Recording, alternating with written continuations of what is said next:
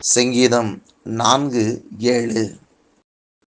அவர்களுக்கு தானியமும் திராட்சரசமும் பெருகி இருக்கிற காலத்தின் சந்தோஷத்தை பார்க்கிலும் அதிக சந்தோஷத்தை என் இருதயத்தில் தந்தீர். கர்த்தருக்கு மகிமை உண்டாகட்டும். இங்கு சங்கீதக்காரர் இந்த சங்கீதத்தை எழுதும்போது பார்க்கிறோம்.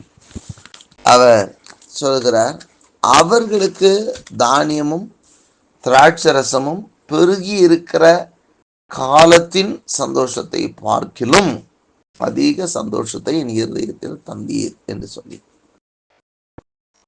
இங்கு சங்கீதக்காரனாகிய தாவீதுக்கு விரோதமாய் இருக்கக்கூடிய கூட்டங்களுடைய காரியங்களையும் கர்த்தருக்கு மகிமை உண்டாகட்டும், அவர்கள் சந்தோஷப்படுகிற காரியத்தையும் அவர்களை பார்க்கிலும் தமக்கு இருக்கிற சந்தோஷத்தை குறித்து இந்த வசனத்திலே அவர் சொல்றதை பார்க்கிறோம். இங்க அவர் சொல்லும்போது சொல்றாரு, அவர்களுக்கு தானியமும் திராட்சரசமும் பெருகி இருந்த காலத்தின் சந்தோஷத்தை பார்க்கணும். அப்படின்னா இந்த உலகத்தார் அன்றைக்கு தானியமும் திராட்சரசமும் நிறைய இருந்துச்சுன்னா சந்தோஷமா இருப்பாங்க. இன்றைய காலகட்டத்தில் தான் நிறைய பொருட்கள், அவங்க இந்த சங்கீதத்தை எழுதப்பட்ட நாட்கள்ல தானியமும் திராட்சரசமும் நிறைய இருந்துச்சுன்னா அது ஒரு பெரிய புதையல்.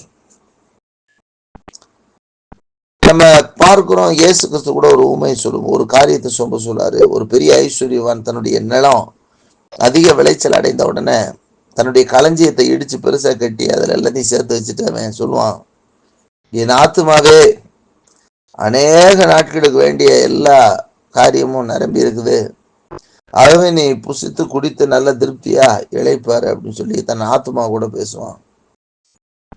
அப்ப ஆண்டவர் சொல்வார், மதிகேடனே, இப்பொழுது இருக்கிறது இந்த இரவுல அவனை எடுத்துக்கொண்டா இதெல்லாம் யாருடையதாகும் என்று சொல்லி கேட்பதை நம் வேதத்திலே பார்க்கிறோம். இங்கேயும் அப்படித்தான் அன்றைய காலகட்டத்திலே தானியமும் திராட்சரசமும் பெருகி இருக்கிற காலத்தின் சந்தோஷத்தை பார்க்கணும்னா அவளையே இல்லப்பா, இன்னொரு சில வருஷங்களுக்கு அது பாட்டு தானியம் நிறைய இருக்கு, திராட்சரசமும் நிறைய பிடிச்சி வச்சாச்சு, இனி என்ன சூழ்நிலை வந்தாலும் நமக்கு கவலை கிடையாது அப்படின்னு சொல்லி தங்களுக்குள் சந்தோஷப்பட்டு கொண்டிருக்கிறவர்களுடைய சந்தோஷத்தை பார்க்கிலும், அப்படின்னா உலகத்தினுடைய நன்மைகளினால மேன்மைகளினால புசிப்புக்காக குடிப்புக்காக சேர்த்து வைக்கப்பட்டிருக்கிற எல்லாம் வச்சிருந்து அவங்க அப்படியே சந்தோஷமா இருக்கிறாங்க பார்த்தீங்களா, அந்த சந்தோஷத்தை பார்க்கிலும் அதிக சந்தோஷத்தை என் இருதயத்தில் தந்தீர். அப்ப அதை விட அதிகமான சந்தோஷம் ஒண்ணு இருக்கிறது, அந்த சந்தோஷத்தை என் இருதயத்தில் தந்தீர் அப்படின்னு சொல்றார். அப்படின்னா ஒருவேளை என்னுடைய வாழ்க்கையில இந்த சூழ்நிலையில எனக்கு உண்ண சரியான உணவு கிடையாது, வனாந்தரத்தை தங்க ஒரு சரியான இடம் கிடையாது, வனாந்தரத்துல தான் சுத்திக்கிட்டு இருக்கிறேன். அப்போ அதுக்கும் சுற்றியும் பார்த்தீங்கன்னு சொன்னா விரோதிகள் எப்ப விழுங்கலான்னு சொல்லி அவங்க எதிர்பார்த்து கொண்டே இருக்கிறாங்க. இப்படிப்பட்ட சூழ்நிலையிலும் கூட என் இருதயத்துல நீர் தந்திருக்கிற சந்தோஷம் அவர்களுக்கு இருக்கிற சந்தோஷத்தை பார்க்கிலும் அதிக சந்தோஷம் என்று சொல்லி அவர் சொல்லுகிறார். அது என்ன சந்தோஷம் அப்படின் போது, அதுக்கு முந்தின வசனத்துல வாசிக்கும் கடைசியில சொல்றார், கர்த்தாவே உடைய முகத்தின் ஒளியை எங்கள் மேல் பிரகாசிக்க பண்ணும் என்று சொல்லி. அந்த முகத்தை பிரகாசிக்க பண்ணுகிறதுல என்ன நடக்கு அப்படின்னா, சங்கீதம் 31:16 வாசிங்கன்னா, உடைய முகத்தின் ஒளியை எங்கள் மேல் பிரகாசிக்க பண்ணி எங்களை ரட்சியும் அப்படின்னு சொல்லி சொல்லியிருப்பார். உங்களுடைய கிருபை எங்கள் மேல் இருப்பதாக சொல்லியிருப்பார். அப்போ அவருடைய முகத்தின் ஒளியும் வெளிச்சமும் நம்ம மேல படும்போது அங்க என்ன நடக்குது அப்படின்னு கேட்டீங்கன்னா, அங்கே ஒரு ரட்சிப்பு உண்டாகிறதை நாம் பார்க்க முடிகிறது. அங்க அந்த ரட்சிப்பை குறித்து 31ஆம் அதிகாரத்துல 16ஆம் வசனத்துல வாசிக்கும் பொழுது அவர் சொல்றாரு பாருங்க, நீர் உமது முகத்தை உமது ஊழியக்காரர் மேல் பிரகாசிக்க பண்ணி உமது கிருபையினாலே என்னை ரட்சியும், உமது கிருபையினாலே என்னை ரட்சியும். அப்படின்னா ஒரு முகத்தை ஊழியக்காரங்க மேல பிரகாசிக்க பண்ணும்போது உங்களுடைய கிருபையினாலே என்னை ரட்சி, கிருபை கிடைக்குது, ரட்சிப்பு கிடைக்குது.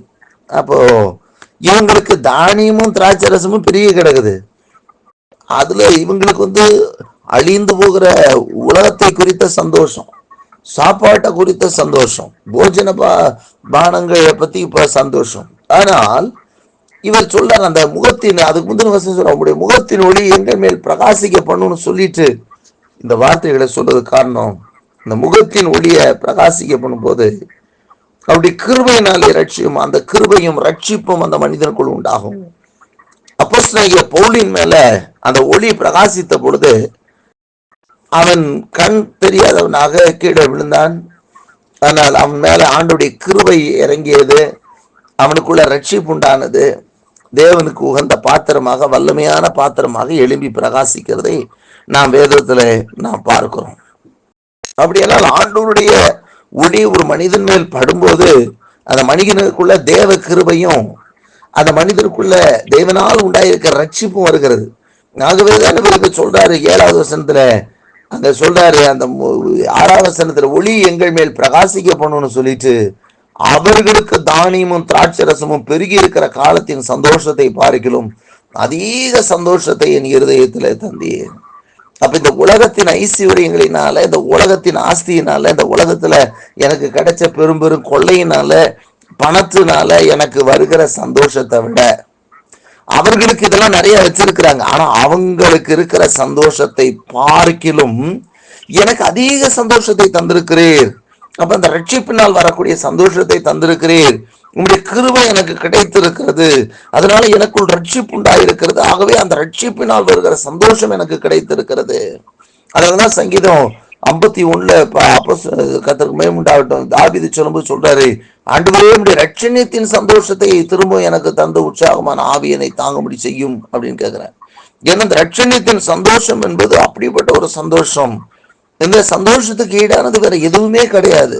அவ்வளவு பெரிய ஒரு சந்தோஷம் ஆண்டவராக இயேசு கிறிஸ்து நாமத்தினாலே நமக்கு உண்டாகிற பாவ மன்னிப்பு. அப்ப இந்த சந்தோஷத்தை எனக்கு தந்திருக்கிறீர், என் இருதயத்தில் நீ தந்திருக்கிறீர் அப்படின்னு சொல்லி அங்கே சொல்லுகிறதை பார்க்கிறோம். அது மாத்திரமல்ல, அந்த சந்தோஷம் வரும்பொழுதே அதனுடைய தொடர்ச்சியா என்ன கிடைக்குது பாருங்க. 8வது வசனத்துல 4:8 பார்க்கிறோம், சங்கீதத்துல, சமாதானத்தோட படுத்து கொண்டு நித்திரை செய்வேன். ஏன்னா என் இருதயத்துல அதை விட அதிக சந்தோஷம் இருக்குது. இப்ப அந்த மனிதனுக்கு பாருங்க, நம்ம அதுல இயேசு சொல்லும் போது அந்த காரியத்துல சொல்றாரு, அந்த ஐஸ்வர்யவான் தன்னுடைய களஞ்சியத்தை பெருசா இடிச்சு கெட்டிட்டு, உனக்கு அநேக நாளுக்கான ஆகாரம் இருக்குது, உனக்கு வேண்டியதெல்லாம் புடிச்சு புசித்து குடித்து திருப்தியா நீ இளைப்பாருன்னு ஆத்துமாட்ட சொல்றாரு. ஆனா ஒண்ணு, அந்த கள்ளர்களுடைய நடமாட்டம் அல்லது இயற்கை சீற்றங்கள் வந்து இந்த களஞ்சியங்கள் எல்லாம் இடிச்சு போடும் அப்படின்ற ஒரு சூழ்நிலை வந்துச்சுன்னா அந்த மனுஷன் நிம்மதியா தூங்குவாரா? தூங்க முடியாது. தான் வைத்திருக்கக்கூடிய ஆஸ்திகளே அவருக்கு அச்சத்தை உண்டாக்கலாம், அல்லது கொள்ளைக்காரர்கள் திருடர்கள் திருடிவார்கள் என்கிற எண்ணம் சூழ்நிலைகள் வந்தது என்றால் அவருக்கு தூக்கம் வராது.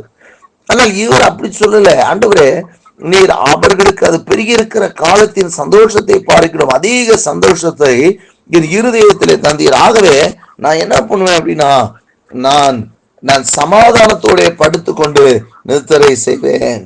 நான் தூங்கும்போது நான் சமாதானத்தோட தூங்குவேன். என்னுடைய தூக்கம் சமாதானத்தோட இருக்கும், என்னுடைய நித்திரை இன்பமா இருக்கும். அதை தொடர்ந்து சொல்றாரு, கர்த்தாவே நீர் ஒருவே என்னை சுகமாய் தங்க பண்ணுகிறீர். அப்போ ஆண்டவருக்கு மகிமை உண்டாகட்டும். இந்த நாட்கள்ல அப்படிப்பட்ட சந்தோஷத்தை உடையவர்களாக நாம் காண ஆண்டவர் விரும்புகிறார்.